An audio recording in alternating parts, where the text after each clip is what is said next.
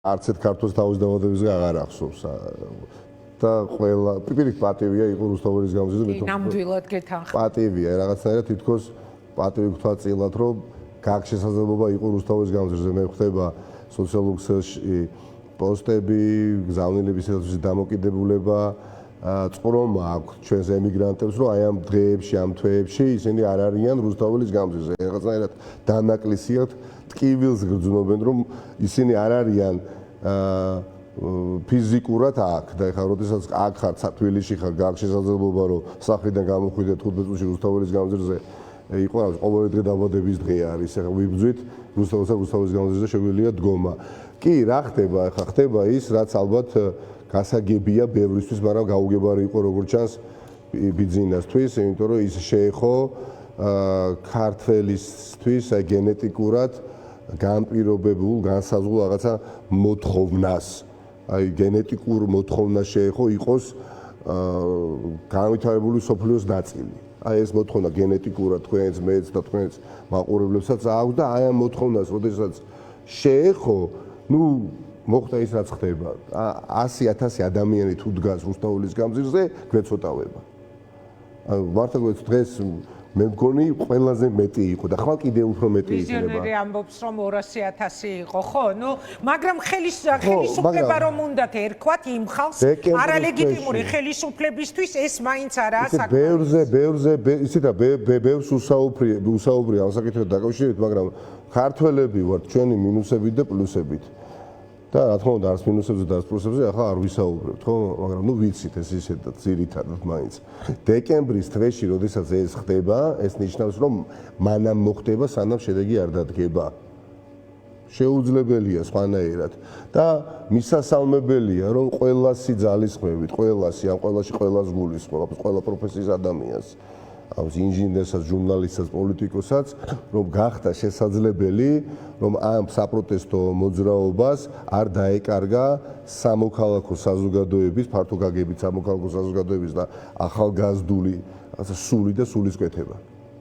აი ეს შეიძლებოდა დაკარგული იყოს საწყის დღეებში. მე თუ რამეზე განვისტიდი და არ მომალავ მეგობრებს საწყის დღეებში ივანიშვილის ხელისუფლების ბუნება ვიცოდი რა და ვიცით რა მისმა მოწინააღმდეგეებმა წლების განმავლობაში პირველი 5-6 დღე ნამდვილად განვიცდიდი რომ ისეთი პროვოკაცია არ მოეწყო და საკუთარი თავი სხვაგვარად წარმოიჩინა ყასიდად შეეწირა საკუთარი ეგრეთ წოდებული არ ვიცი რომელიმე თუნდაც რობოკოპი ან სპეცნაზელი და ამის საფუძველზე მე მას ყველაფერი ჩაეკეტა. კი, როდესაც 30, 35, 40 ადამიანი წინააღმდეგობას მას უწევდა აბსოლუტურად უცნობი ერთმანეთისთვის და ეროვნულ ინტერესს იცავდა, რა დაუდგებოდა წინ, ეხა ივანიშვილის თავში ეს ვერ მოიხარშებოდა, რომ პროვოკაცია მოეწყო და სხვაგვარად წარმოჩინილიყო და ფეერვერკის მაგივრად, მაგალითად, რომელიმე პროვოკატორს სხვა რამე დაეჭირა ხელში ნიღბიანს, რომელსაც ვერასოდეს ვერ გავიგებდით ვინ იყო. წარმოიდგინეთ ერთი წამით. მაგრამ არ დაუშვა ივანიშვილმა რომ შეიძლებოდა ეს პროტესტი ყოფილიყო განზობადი და პრაქტიკულად მუდმივი. და 25 დღე არ დაუშვა, მე კი მჯერა. კი, არ მინდა აპლომბით ნათქვამად გამომივიდეს, მაგრამ მე მჯერა ივანიშვილს რომ დაეჯერებინა და ის რომ დარწმუნებულიყო რომ ეს პროტესტი იქნებოდა ხანგრძლივი არა, მუდმივი, სანამ შედეგი არ დადგებოდა, აი რეტროსპექტივაში დარწმუნებული რომ ის ნანობს. წარმოიდგინეთ იმიტომ რომ ასეთი ვერაგი ხელისუფალი ეგრეთ წოდებული ყველაფერზე იქნებოდა წამსვლელი და საკუთარ ერთ მორჩილ ადამიანს შეწირავდა მეხუთე მეოთხე დღეს და ამას დააბრალებდა მე ყველას ვისაც დაჭირდებოდა თქვენს მეც და ნებისმიერ ახლა მოქალაქეს და საფუძველ შეიქმნიდა რომ სახლებში და ოჯახებში და ტელევიზიებში და პარტიულ ოფისებში და არასამთავრობო ორგანიზაციებში და საავადმყოფოებში არ ვიცი ყველგან შევარდნილი იყვნენ და ასე ჩაეხშოთ საპროტესტო მოძრაობა და დასავლეთსაც ეთყოდნენ რომ ნახეთ ეხა იქ შეერაღებული ხალხი არის. არ დაგიმალავთ ეხა ამაზე მე შემილია ეს ამას უზიარებდი ჩემს ყველა მეგობარს და ჩვენ უზიარებდით და მე მარტო არ ვიყავი ამ პოზიციაზე, მაგრამ ეს საფრთხე ჩვენ გავანეიტრალეთ მადლობა ღმერთს და აი ესეთი მშვიდობიანი მტკიცე ურყევი და ხალხმრავალი პროტესტი აღმოჩნდა ყველაზე ძლიერი და ყველაზე დიდი დისკომფორტი შექმნილი ივანიშვილისთვის. ხო, ალბათ ძალიან ძნელად ახლა არ მაქვს ეს მოვნები ვინდა 24 დღისა და ღამის განმავლობაში ადამიანებს შეეძლოთ ახლა არ მაქვს ეს უზიარებ თქვენს მაყურებელსაც არ ვიცი ბევრი მათგანი ალბათ დამეთანხმება შეიძლება სხვა ახლა არ მაქვს ეს ჭმუნვა მაგრამ მქონდა როდესაც ჩემთვისაც უცნობი აბსოლუტურად უცნობი გასაგებია პატრიოტიზმით ანთებული ადამიანი პროტესტს გამოთქვამდა და რაღაცა ფეერვერკით მოკლედ პროტესტს გამოთქვამდა მე ხო არ ვიცი თქვენ ხო არ იცოდეთ იმ 40 ნიღბიან ადამიანს შორის ვინ იქნებოდა შემოგზავნილი ვინ იქნებოდა პროვოკატორი რომ ამას სხვა არ დაეჭირა ხელში ამიტომ ეხლა ასეთი კი ამაზე მაგრამ არ დაეჭირა როდესაც ასეთი მშვიდობიანი რისი თქმა მინდა როდესაც ასეთი მშვიდობიანი პროტესტი არის არაძალადობრივი თლიანად არაძალადობრივი პროტესტია ხალხმრავალი და კიდევ უფრო და უფრო მზარდი ხდება სიმრავლის თვალსაზრისით ეს საფრთხე თლიანად განეიტრალებულია და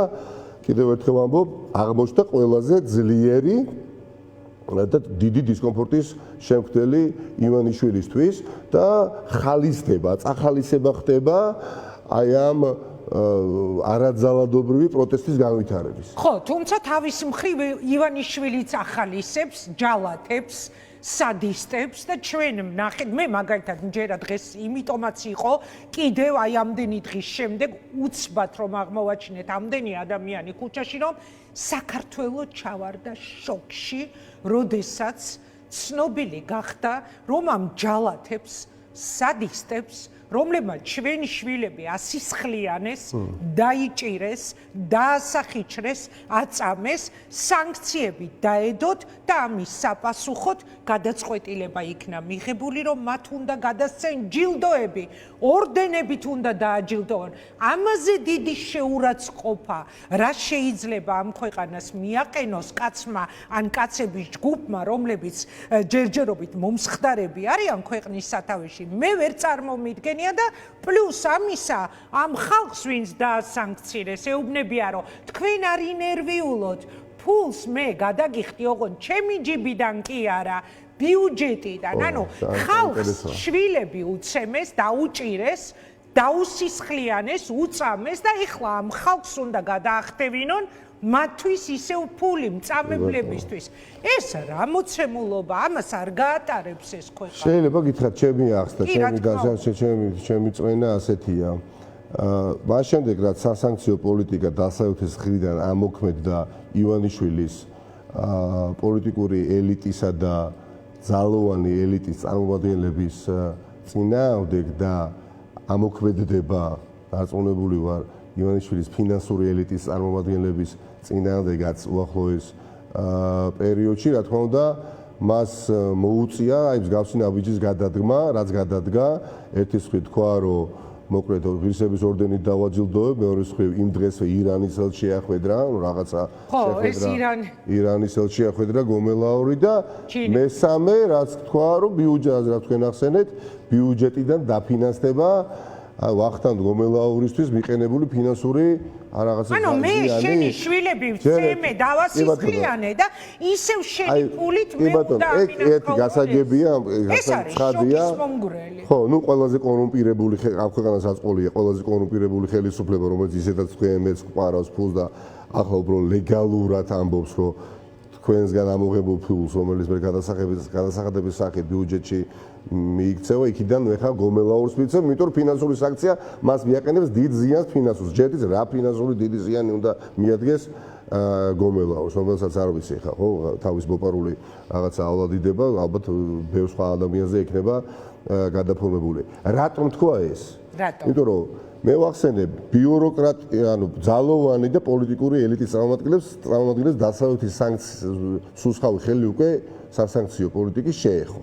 მაგრამ ჯერ არ შეხებია ფინანსური ელიტის წარმომადგენლებს ივანიშვილის, ვინც უფინანსებს რეჟიმს ივანიშვილს, ვინც ძალადობას ახალისებს და აფინანსებს. ეს გარდაუვალია, ისინი იქნებიან დასანქცირებულები. არ ვიცი, ვინ არის ეს, ვინ იქნება, პირობითად ვამბობ. ხო, პირობითად კრებსითი ხაკაძეები, ძმები და სხვები, ხო, არ ვიცი, ვინ იქნება, მაგრამ რო იქნებიან, ვიცი. მათთვის ეს არის სერიოზული დარტყმა. ფინანსური სანქცია პირობითად ძმები ხაკაძეებისთვის არის მომაკვდინებელი. ბევრი თვალსაზრისით, ხო? ამიტომ არ არიან მხოლოდ არა, პირობითად ვამბობ, კრებსითი სახელი ბევრია, მეღვინეები, ტენდერზე გამოყვებილი ხალხი წლების განმავლობაში, ხო? 7, 8, 10 თუ 15 ადამიანი. მათ გასაგონად თქვა ივანიშვილმა, რომ შენი ფინანსური ათქმები და კობახიძეს ინდუსტრია თუ ჩამოგენგრა ჩემს გამო, არ ინერვიულო. მე აიაგერ უკვე კობახიძეს ვათქმევიებ იმას, რაც ათქმევინა. ბიუჯეტიდან აბსოლუტურად დაუფარავად, შენ ზიანს დაგიფარავ, მიყენებულ ზიანს. ნუ ერთია რა თქვა და მეორეა რა მოხდება. მოხდება ის, რაც ადვილად პროგნოზირებადია უკვე. რა? ამ ხელისუფლებას მოუწევს ახალი არჩევნების ჩატარება ქვეყანაში. მოუწევს, შეუძლებელი არის რამდენი ხანის დაჭირდება, იმდენი ხანი გაგრძელდება ეს პროცესი. რაც ხდება არა მხოლოდ რუსთაველის გამზირზე, ქუთაისში, ზუგდიდში, ბათუმში და სხვაგან. შეუძლებელია სხვა შედეგით დასრულდეს დისფუნქციურია ეს დე ფაქტო ხელისუფლებაც კი. როდესაც არ ვიცი საყოველთაო აღწერას ახორციელებს ხელისუფლების სახელით, არ ვიცი, ათასობით ადამიანი და ვერ აღწერეს რამდენი ადამიანი ცხოვრობს საქართველოში და ბრიფინგის ჩატარება მოუწია იმ უწყების ხელმძღვანელს და ქარდები გამოდეს სოციალურ ქსელში, რომ კარები გაუღეთ აღწერსო. არ უღებს ხო? არ ემორჩილება. არ უღებს, იმიტომ რომ კიდევ ერთხელ გავიმეორებ, წეგან გავიხსენე დათო დოიაშვილთან საუბრისას. ნანა ჯანელიძემ თქვა ჩემს ეთერში, ეს კაკუნიო დღეს რაც ისმისო კარებებზე კაკუნიო ძალიან წააგავს იმ ბნელი საბჭოთა რეპრესიების პერიოდის კაკუნს. ანუ რისი მომსწრენი გახდნენ ადამიანები? დარბევების, დაჭერების კარებზე კაკუნის სახლებში შევარდნა. ეს არის ადამიანების რეაქცია და ეს ადამიანები ამას არ გაატარებენ. თუ კი რაიმე მასწავლა ჩემმა პროფესიულმა გამოცდილებამ, ამას არ გაატარებენ. კი ბატონო, არ ვარატა და რაც თქვენ როგორც ეგრეთ წოდებული დე ფაქტო ხელისუფლების წარმომადგენლებს ხდის თლიანად დისფუნქციურს. ისევე როგორც ახლა არ უმალო პატრულის თანამშრომელი, როდესაც ხვდება ქუჩაში, თუ მაგ შესაძლებლობა და მანქანით გვერდით შუქრიშაზე ამოვდივ შუშას წევდა ვეკითხები ამართლებს თუ არა წამებას მორალურად განადგურებულებას ანუ აი ბევრი ვერ პასუხობს ბევრი მაგ აი ამ იშტაზე ამ ხასიათში ვარ რომ ნებისმიერი პატრულის თანამშრომელი რომელიც ქუჩაში შემხვდება გავაჩერო და კითხვა დავუსვა და ამას აკეთებს დარწმუნებული ვარ უამრავი ადამიანი უამრავი ადამიანი, ხვალზე ეგ მეც და ბევრ ადამიანს მართლა რომ დამჭირდეს პოლიციური, რა ვიცი, დახმარება ოჯახში, მე მას არ დავურეკავ.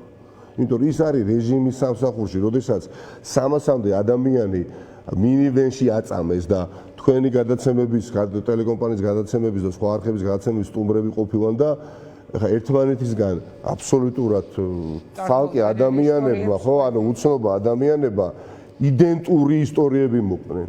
როგორ აწავა 20-25 წამი რო გრძელდება ცემა ტყეპა ის არის მტკინვეული და ეხლა წამოდი 20-25 წუთი რო გრძელდება ცემა ეს არ არის ცემა ეს არის წამება 20 კაცი ურთხავს ერთ ადამიანს ეს არის მართლა წამება რა მართლა წამება უბრალოდ იშველოდათ ოდესაც 2-3 ხელი და ფეხი რომ მოხდებოდათ მე სახეები უბუჟდებოდათ და ყველა ვეღარ ძუდნენ ამ ტკივას და გული მისდიოდა ზედ რუსთაველის გამზირზე ხდებოდა ეს ყველაფერი ქაშვეთის ეკლესიის გვერდით იდგა აბსოლუტურად ნიშნის გარეშე რაღაცა მინივენი სადაც ეს ხდებოდა ხო ეს მოხდა და ეხლა ვიღაცას თუ აქვს იმისი მოლოდინი რომ აქ განმეორდება ბელორუსიის სცენარი რომ იქ ჩაკლეს როცა იქ ჩაკლეს ეს მუხტი აქ ვერ განმეორდება ბევრი მიზეზის გამო და ერთს დავასახელებ იმიტომ რომ ბელორუსიაში ხო ეხლა საბჭოთა წყობის გარეშე ჩვენს ანუ აი არაჩვეულებრივ რა ვიცი ბელორუსელ ხალხს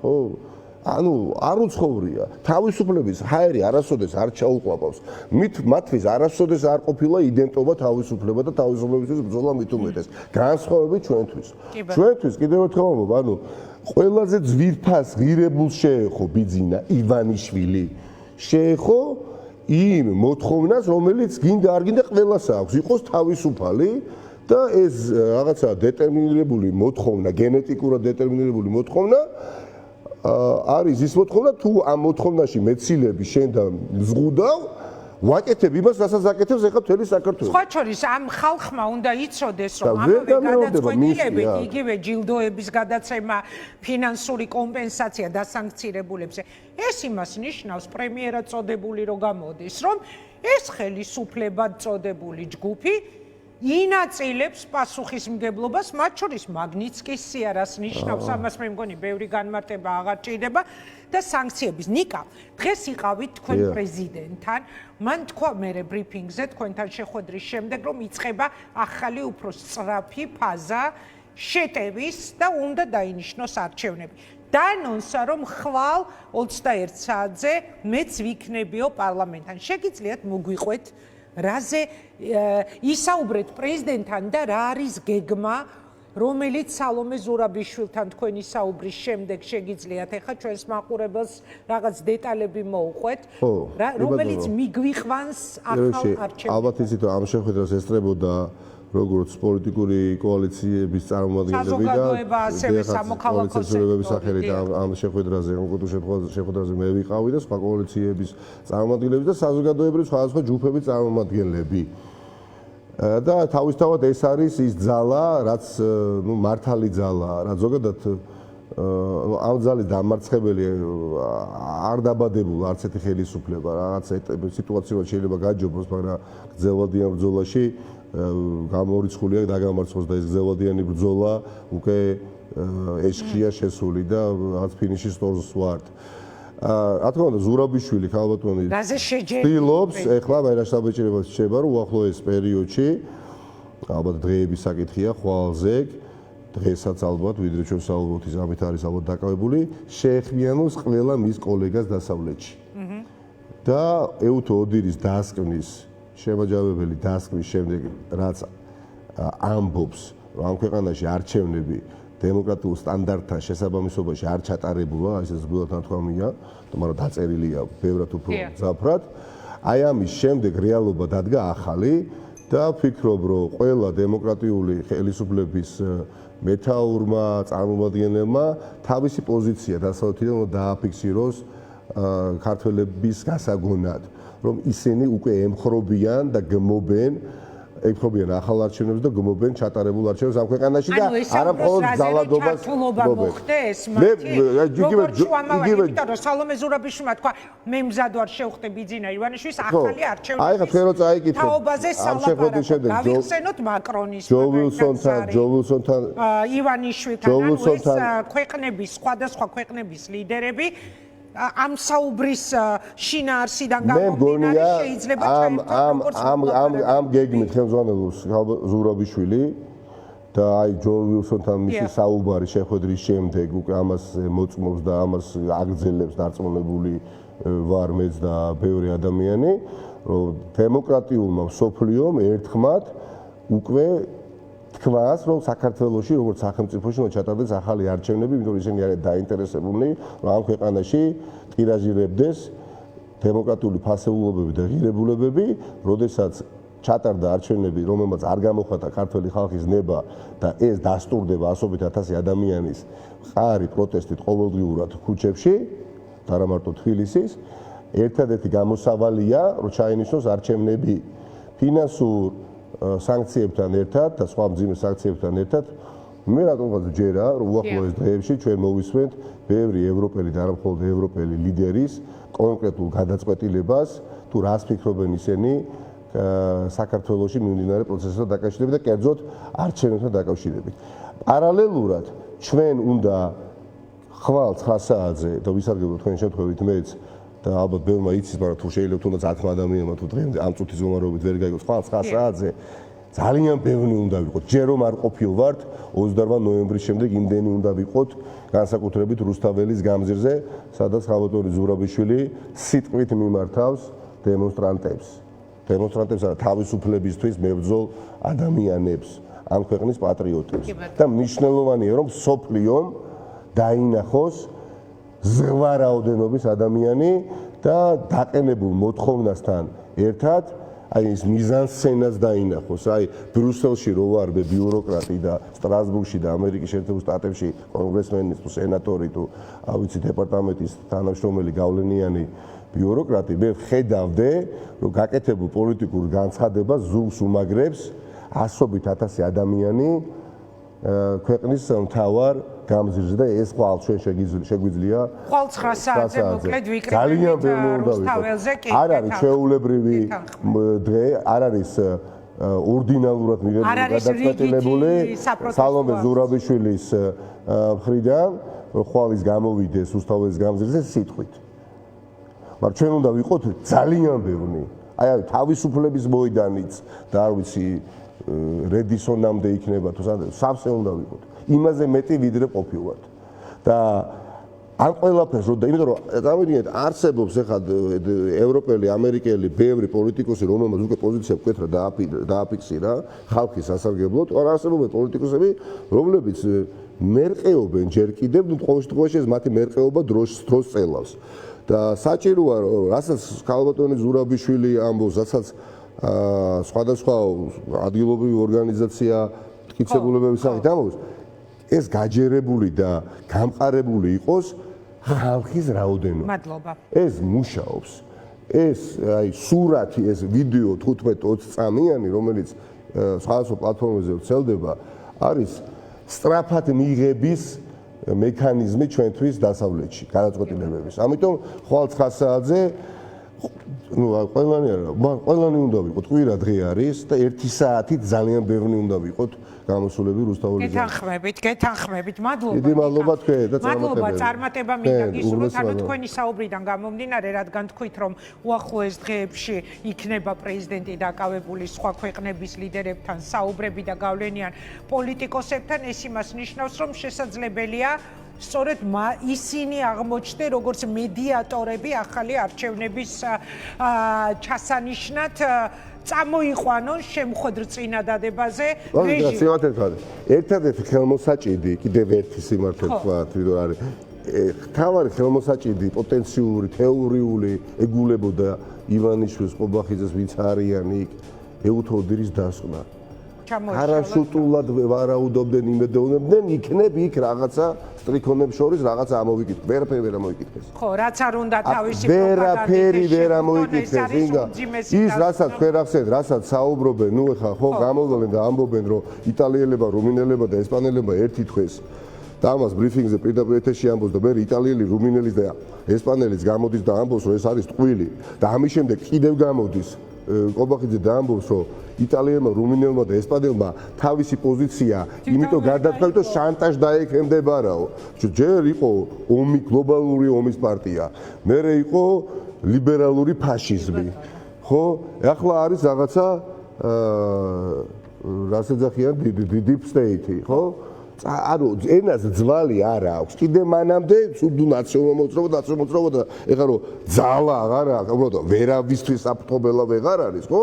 მერე მოიფორეს გლობალური ომის პარტია, კიდევ ერთხელ მეორე რაღაცა ლიბერალური ფაშიზმი და ეხლა deep state. ანუ მისი ყოველი სიტყვა არის ტყვილი და ამ ქვეყანაში პრორუსულობა რო გვერდზე გადავდოთ ინგა, აი ესეთი მუდმივი ტყვილი უბრალოდ მორალურად ხრწნის საზოგადოებას. ტყუილ მართალი როდესაც ირევ, ანუ დედები და მამები ინვესტიციას დებენ ემოციურს, ფინანსურს, დროის, ყველანაირს შვილებში, რომ შვილები აღზარდონ აუზ კეთილშობილურად, ზნეობრივად, მორალურად, ხო პატრიოტად, გასაგებია, ხო? მაგრამ როდესაც ხელისუფალი 24 საათის განმავლობაში საარაკუთხულს მეუბნება, კაცო. მარტო ამიტომ აღარ უნდა იყოს ის, არც დე ფაქტო და არც დე იურე ხელისუფალი შევიდა თქვენი და ასეც იქნება. დიდი მადლობა. შევხვდებით ხვალ რუსთაველზე, ნიკამელია. რა თქმა უნდა. არ მუშაობთ ესე იგი. არა, ხვალ არ მუშაობ და რა თქმა უნდა 9 საათზე ხვალ ჩვენი შეხვედრის ადგილი იქნება რუსთაველში.